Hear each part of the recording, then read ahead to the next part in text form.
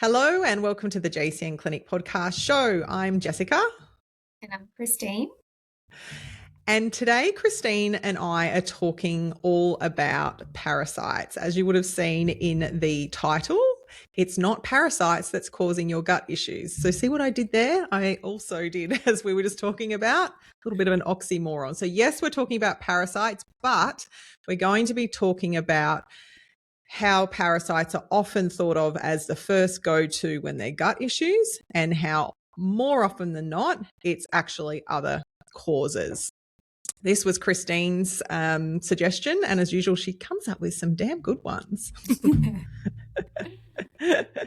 I think I said to you when you flagged this, or when we were talking about doing this podcast last week, it still surprises me that this is such a thing.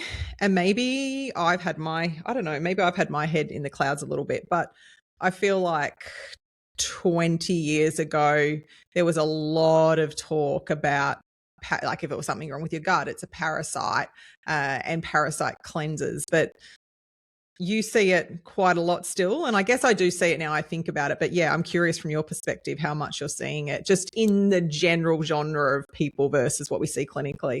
Yeah, I would say, it's definitely more what I'm seeing outside of the clinic and just like online and in the industry, if you will.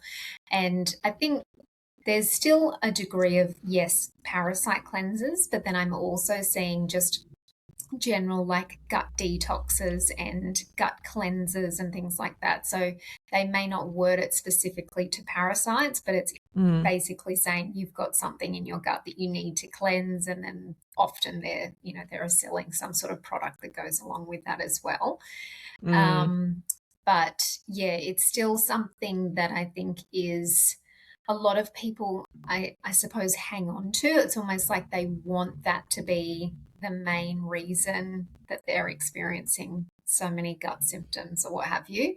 And if it's just one parasite and then all I've got to do is this cleanse, get rid of it, then everything's going to be well, which is obviously not often the case, very rarely the case. So I think it kind of preys on those people that are looking for that just quick fix for their gut symptoms. That's so true. And I think also perhaps it's used as a bit of an overarching term. Like, as we see, people don't tend to understand the complexities of the microbiome. So some people might use the word but not really understanding like what it's referencing. But I so agree, that's so true also, that it is like it's just an easy 1, 2, 3, let's get this parasite out of you and everything will be hunky-dory. Exactly. Yeah. And I think what a lot of people come up against as well is that they may be, and I see this actually a lot in clinic, is that they may have just had some random event where that was the defining factor. I was fine and now I'm not fine. So a lot of the time they'll say to me, like, there's something wrong. There's got to be, is it a virus? Is it a bug? Is it a parasite? Like, something happened on this day.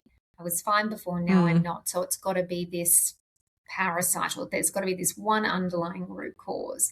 And yes, that can be the case. Like, sometimes you can get just a random infection, or there can be like an acute incident, food poisoning, whatever it is.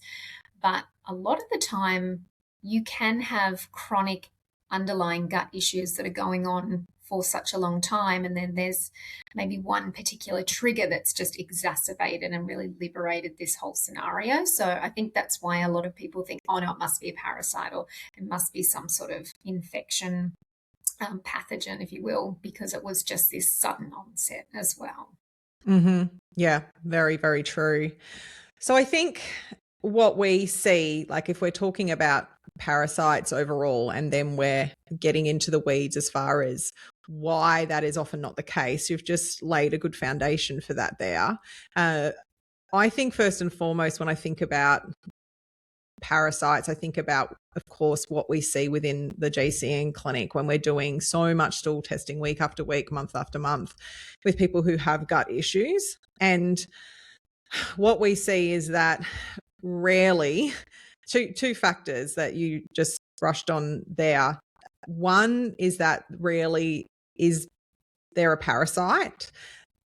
And secondly, if there has been some sort of parasitic infection, rarely is it that and that alone that is the problem, because often what we see with the testing is that there could be the presence of a parasite, and then it's what's going on alongside that. So it's that, as you were just speaking to, that complete imbalance, or as we call dysbiotic gut, as far as like the microbiome overall and inflammatory markers and so forth, and how that has actually become the main problem. And I also think it's interesting with parasites too.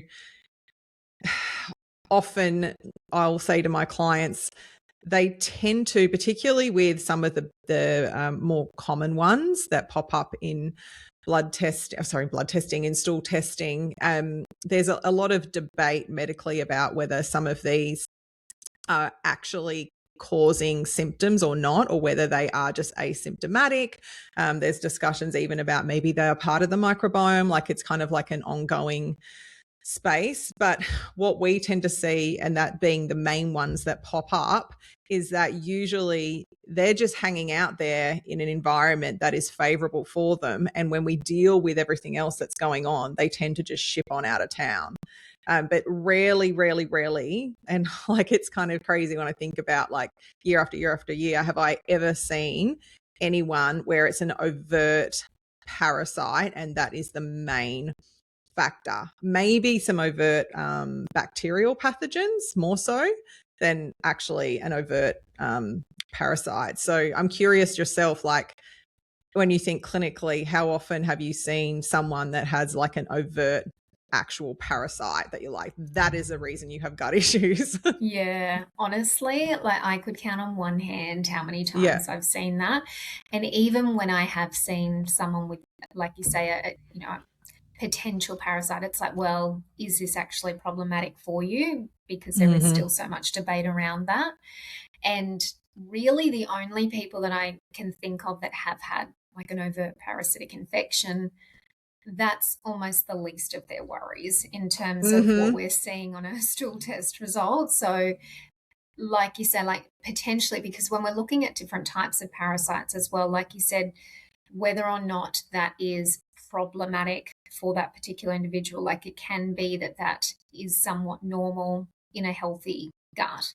And so a lot of the time we won't treat it, and it, like you said, or it may just go away once we do overall work. But whether or not we decide to treat that as the first, I guess, cab off the rank is, to be honest, it's often not my first port of call. Normally what I do is address everything else that's going on in the gut, and then that does take care of itself. But yeah, in terms of actual numbers, I would most certainly say it would be under 5, at least in the last few years that I've been doing more of these sort of like DNA sort of styles, stool testing as well. But I think people would be very surprised to learn at how rare a true parasitic infection actually is. Yeah. Not to say it doesn't happen, but yeah, when you actually think about the prevalence that parasite cleanse and that sort of space takes up in the gut industry or field comparatively to how many people actually have a parasitic infection, it's just so disproportionate. For sure. Yeah. And then there's, I guess I didn't give name to some of the ones I was thinking about before, but I think it's worth mentioning before we get into like the weeds of what can be going on that we may think is parasitic, but it's not. It's these other areas that need attention. I think it's worth mentioning that the ones we see a lot are that dientomoeba and blastocystis hominis. And I feel like even just saying those two, there'll be some people like, I don't know what you're talking about, but I actually think there'll be a lot of people like, oh, I've had that. And we do still see, I think it's starting to get better, but we do see clients that come to us that have tested positive for these. And then when they've come up and they've got gut issues, they've been bombarded with antibiotic treatment, with like a standard protocol, perhaps through their GP. And unfortunately, they'll often also say like, oh, I had some issues going on and I had a parasite. And then you have a look and this is what was tested for. And they've had multiple courses of antibiotics. And then finally they might be like, oh, now it's gone, but I've actually never felt well since then. I feel worse. Or they're like, I had multiple rounds of all these antibiotics and it's still there. And I also feel worse. So I just feel like it's worth mentioning those two, because also, again, like that's technically the majority of what we're seeing. Like and I think over the past, again, close to sort of 20 years, like have I seen something that's like a entomoeba, or like someone who's like truly had Giardia or something like that, but they have still, like we're talking about, had that acute exposure, usually through some sort of travel experience. And definitely either they know they've had it or it's come up in testing, and we can see it's there, but it's actually like, yes, that is going to have a level of its own inflammation, but it's also when you see everything else going on in the bowel, it's like, well, holy moly, like this is actually like 95% of what's causing you this distress. Yeah. But I just thought it was worth mentioning those two, because I think there'll be people listening like, oh, yeah. But wait, hang on. I've had a parasitic infection. My doctor told me that I have. It's just like, well, these two we need to think about a little differently. And I think, like I've certainly seen clients that have come in from their GP and they've had that test done. But thankfully, which is I think a really positive sign, is that I have also seen a lot of clients that have come in and they said, this has come back positive, but my GP doesn't want to treat it. So they said it's not going to be problematic, that's exactly which true. I think is really positive as well. And I mean, even when you actually see, like you'll get the reports now from a lot of the labs that'll come in and it'll say positive or detected or what have you, and then it'll still, even the labs are starting to acknowledge that this is not necessarily problematic for most individuals, only treat if symptomatic as well. So I think that it's slowly starting to catch on, and it wouldn't surprise me, to be honest, if a lot of the ones that they are testing for do start to fall away, because they are just seeing now that they aren't actually as problematic as what was once thought they were. Very interesting. But yeah, like you said, the defrag and the blasto are probably the two most common that I would see, if anything.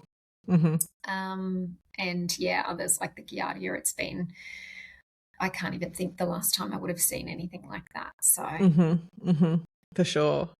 Well, let's talk a little bit about, if it's not obviously a parasite, as we've just alluded to in a majority of cases, what else could be going on? So if someone is experiencing a lot of gut distress, and as always, just to quickly run through what that might be, it could be anything from chronic bloating to bowel irregularities to a lot of upper gastric distress with a lot of reflux and indigestion, cramping in the belly, pain, flatulence. They're probably the more common ones that I would put out there. And their first thought is like, oh, I must have a parasite. If it's not that, what is more commonly the case? Like where are you going to start? Like what's the sort of most common avenue you're going to look at first? I mean, it's probably not that surprising, but SIBO is probably one of the first lines of thought or investigation that I would normally go down. I would say that not because I think everybody has SIBO, but I think that it's one of those things that can often happen quite acutely in some situations. So what we tend to see a lot of the time is you might get what's called post-infectious IBS or post-gastro IBS, when actually a lot of the time it is post-infectious SIBO. So you might have had a bout of gastro, some sort of stomach bug, something like that, and then you've never felt right ever since. So I could understand that somebody might, I guess, come to the conclusion that there was this event, I must have got infected with a parasite, and I've never been well ever since.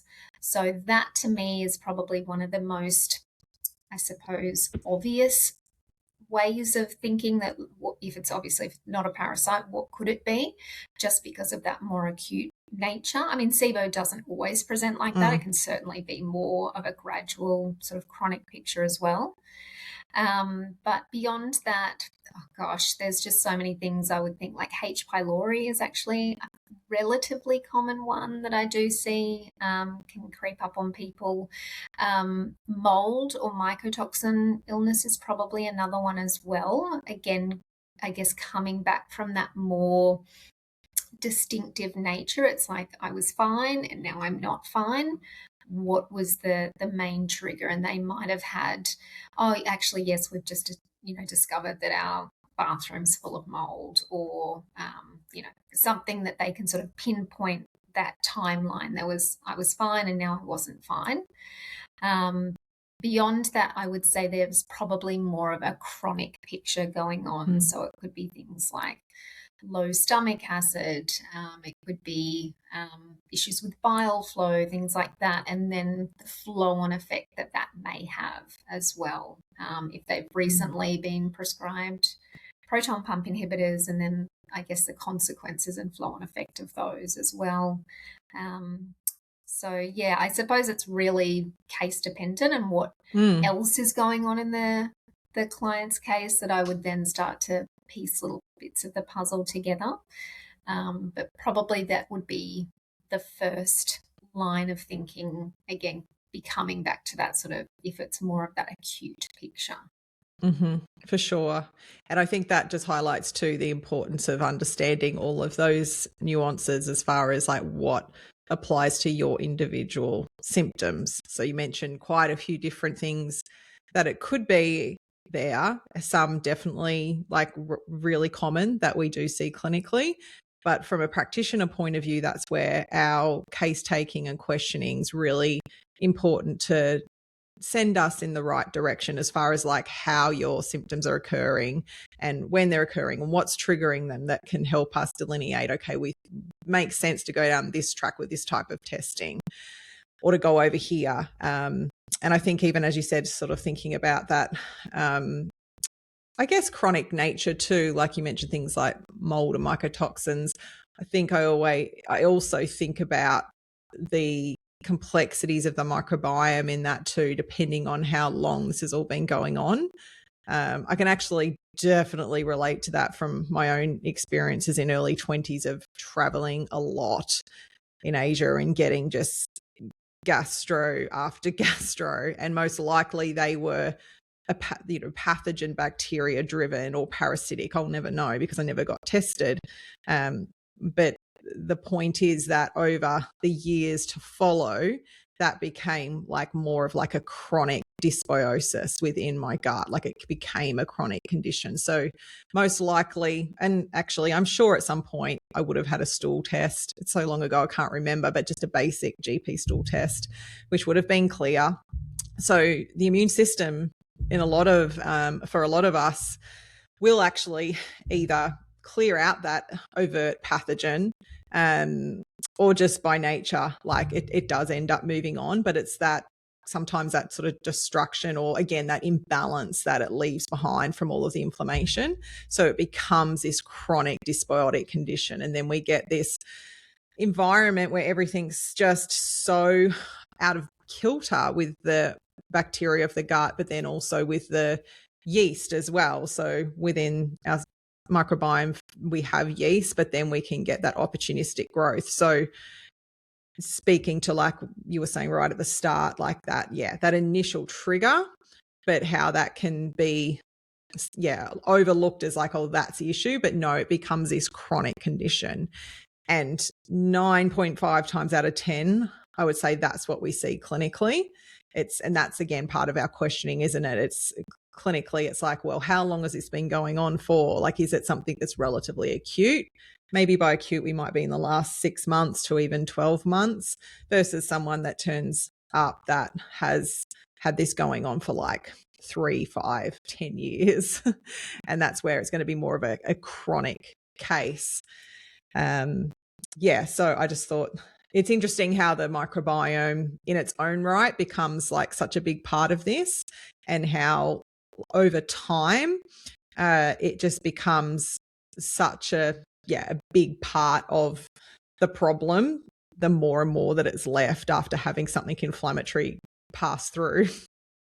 Absolutely. Yeah. And I think that when it comes to, I guess, distinguishing that acute and chronic picture as well, is that it doesn't necessarily need to be that, oh, one day I was fine, the next day it's not, for them to also think that there may be some sort of, parasite at play here as well. Mm-hmm. One of the other things that I actually see quite commonly is that and again, sometimes this, I suppose this also leads into just that general overview of the terrain of the gut, but when people are noticing that they're reacting to certain foods, but they haven't been able to determine what food it is that's causing the issue. So Mm-hmm. they know they're intolerant, well, they believe they're intolerant to certain foods, but one day dairy might be fine, the next day it's not. So then it's that thought pattern around, okay, well, if it's not that, then it must be something else within the gut that's causing this issue. And Mm-hmm. I think that I guess that's not necessarily the wrong way to think. I think for somebody that isn't as trained as what we are and doesn't have these, tools on hand all day, every day, that because there is such I guess, an industry promoting parasite cleansers, detoxes, and things like that, their automatic thought process is there's something wrong, there's something going on within me that I need to cleanse, detox, and get rid of, Mm-hmm. rather than saying, like, what's the actual overall environment going on within the gut, to then get a handle on it from there. Exactly. And if someone has had like a pretty nasty parasite, like I think as we've sort of alluded to there, most of the time just treating that parasite directly is potentially not going to deal with like the actual overall symptoms. Like maybe if it has been something, they're lucky enough that it's been super acute and it's been dealt with straight away and hasn't had time to create a lot of ongoing inflammation within the gut. But I think that can be, it's kind of like when, again, to go back to the sort of concept of gastro in general, like experiencing something like that with traveler's diarrhea, and just it happens, you kind of get over the symptoms and then you just don't really think about it afterwards. Like that's a lot of that same sort of picture where it seems like, oh, it was just an acute thing, it's gone. But it's like, remember when these things are going on in the gut, they're having an effect on the local environment. So it's always like, I know for clients that travel, if they're going to places where there's going to be a high risk, I like to send them away with a little bit of a care pack as far as preventatives, or if this happens, like take A, B, and C, just to ensure that hopefully we can make sure your microbiome doesn't go through like a hell of a lot of distress, and that we can kind of deal with things really easily. But yeah, it's like, how often is that, again, that actual, if it is a parasite, how often is it even really the main cause of all of those symptoms? Yeah, absolutely. And like you say, with, if they do go in and treat it, from, like, say, an antibiotic perspective or something like that, often the ramifications of that can sometimes be even worse than the actual parasite itself. And if you're not, I suppose, considerate of that, that's when more of that chronic overall gut picture can persist. Mm-hmm. So yes, you're throwing antibiotics at it and you might eradicate the parasite, but then you've also really disturbed that overall environment and the microbiome. And the amount of times that we then see something like candida, liberate, or like a yeast picture, overgrow and things like that. So it's it's quite unfortunate sometimes how people will then, and it may not even be antibiotics, it might be, they've gone online and seen some sort of parasite cleanse or detox or something like that. And a lot of the ingredients in some of these products are pretty intense. They can have quite a significant antimicrobial approach and impact on the environment there. And so and then I just feel like they end up in this sort of vicious cycle, and it's just, never gets back to where they once were, and it's just one band-aid after another after another. For sure. So I think just lastly, because we promised we're going to keep this short and sharp for you guys today, just to round it up, like with the specifics, if we've touched on a few as far as treatment, because I know people hopefully are getting a lot from this as far as like understanding the complexities. But of course, it's like, well, what do I do? So I feel like there's two parts to this. It's like, well, maybe you do know that you've had a parasite, or there is a bit of a gray zone around that. Maybe there's three parts actually. Maybe there's that versus you've been diagnosed previously with things like the defrag and the blasto that we mentioned earlier, because I feel like it's its own category. Or yeah, you just don't know, but you have these gut issues. So I think starting with that last one, like if you overall have these ongoing gut issues, like we always say and are highlighting here, it's about getting in and figuring out why and what's going on. What we're highlighting today is that is a very, very, very high percentage that it's not about a parasite or you need a parasite cleanse. There will be other more common factors that can be addressed. And often that can be, for us, quite a simple process. For most people, it can be a simple process. So getting help and guidance with that is really crucial. I know even again, thinking of myself all those years ago, like I wish I did it sooner rather than later, because like once you finally get there, and we see this with clients, it's like, oh, you've been dealing with this for decades, like why? And it could have been just a process of a test, and this is what we need. So I think there's that category. If like the dientamoeba sort of defrag people, I think, again, hopefully we've highlighted how that realistically sits in the same framework, because realistically, the chances of those being the reason that you have gut issues is so small. There are different subtypes, which we won't get into, but realistically, the chances are very minimal. So most likely, again, it's investigation into why are they hanging around? Like, what's that environment like? Let's look at these other causes. And usually when we figure out what they are and we treat them, surprise, surprise, you retest and those guys are gone. Then that small percentage that there is an actual like overt pathogen or parasite that we're concerned about, realistically, I'd like that you brought that up. Like the way to deal with that is not getting online and doing a parasite cleanse, ideally, just like download buy now. Yeah. Because as Christine said, a lot of these are quite damaging to the gut because they are so intense with their ingredients. And a lot of them also, I feel like, maybe this is opening another can of worms, so I've got to be careful, but like I feel like they're often sold under the guise of weight loss a little bit too, like advertised with this concept of like you're holding fluid and you're bloated, and I think it's a slippery slope. And often a lot of the ingredients in these parasite cleansers are just big bang diuretics.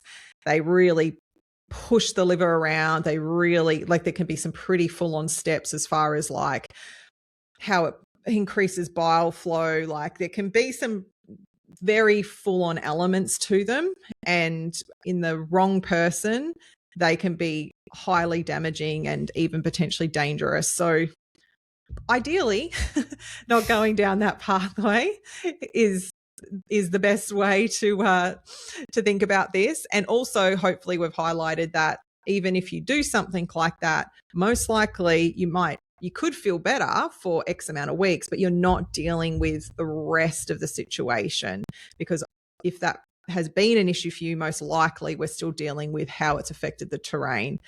So surprise, surprise, this still comes back to a similar scenario where we need to treat. But from a treatment point of view, yes, we can come in from a clinical nutrition point of view and use things to deal with the actual parasite. But we're going to do that respectfully of what else is going on, because if there's other factors within that microbiome, which can bet your bottom dollar there will be, or that and SIBO and so forth, we have to do this in the right way so that we are ensuring the health of the gut and the health of you overall. removal of the parasite, but that you feel well and recover properly after all this and you don't just cycle back. So I don't know if there's anything you wanted to add to that.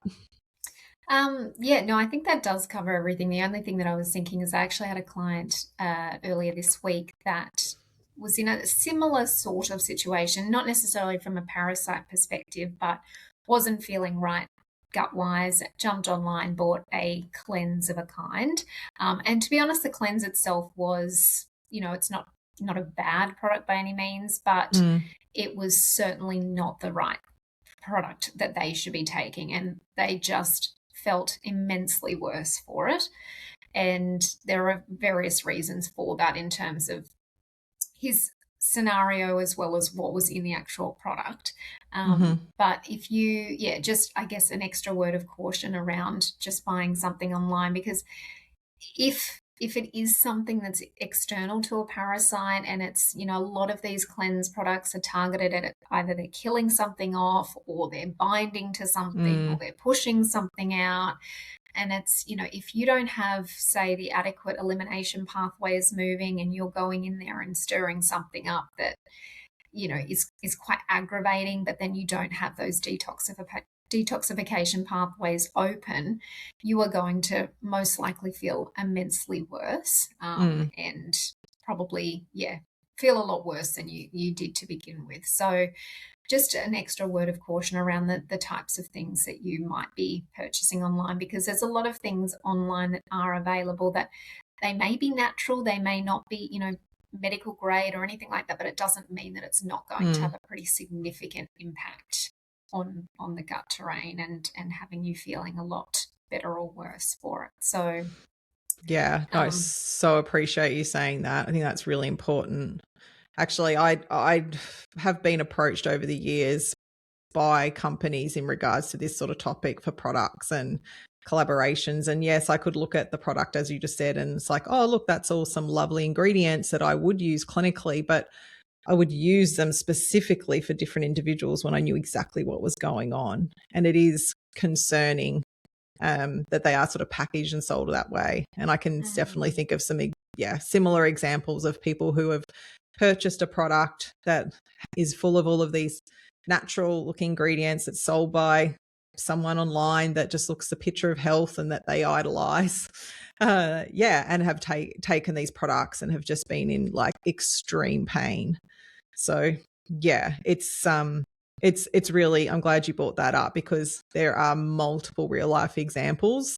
And it comes from a place of concern, like real concern that we see. Yeah, absolutely. And I do get a little bit frustrated about it because I do find that a lot of these companies are sort of preying on those vulnerable people that are, they're sort of at their wits' end. They'll do anything that they can do, spend whatever they need to see a reprieve in their symptoms. Yeah. And and I mean, these types of products, like there's a chance that it could work for somebody. Like if it's treating the right thing, great, they will see a benefit. But more often than not, that's not always the case. So and you can jump online, you read all the reviews, everyone's had the most, amazing experience. So look, I get it, we've all been there, and I'll still get caught out. Like I'll still be like, oh wow, like this might be the thing, whether or not it's related to the gut. And it's like, just take a step back.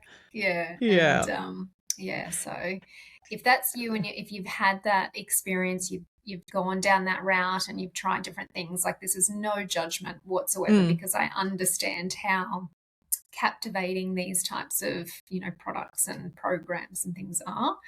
But essentially it's just, if you're at that point now, then we encourage you to really get some qualified advice so that you don't have to, kind of suffer through this on your own.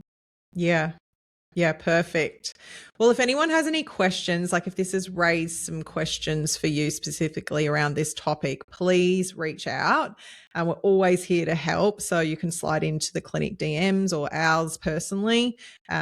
Obviously, this is something that is big at the moment. Like it's quite timely as far as it being the new year. So perhaps it would be helpful to share this episode online for others. Maybe there's people in your life who are on the detox parasite cleansing bandwagon. So it might be a worthwhile listen. And as always, if you guys have any topics that you would like us to discuss, some of these sort of specific ones like this, we're more than happy to dive in and do some short, sharp episodes or as always, some of our Q&A episodes. So other than that, thank you so much. And thank you, Christine, as always, for your valuable insights. Thank you for having me. Everyone have a lovely day or afternoon whenever you're listening, and we will catch you next time. Bye. Bye.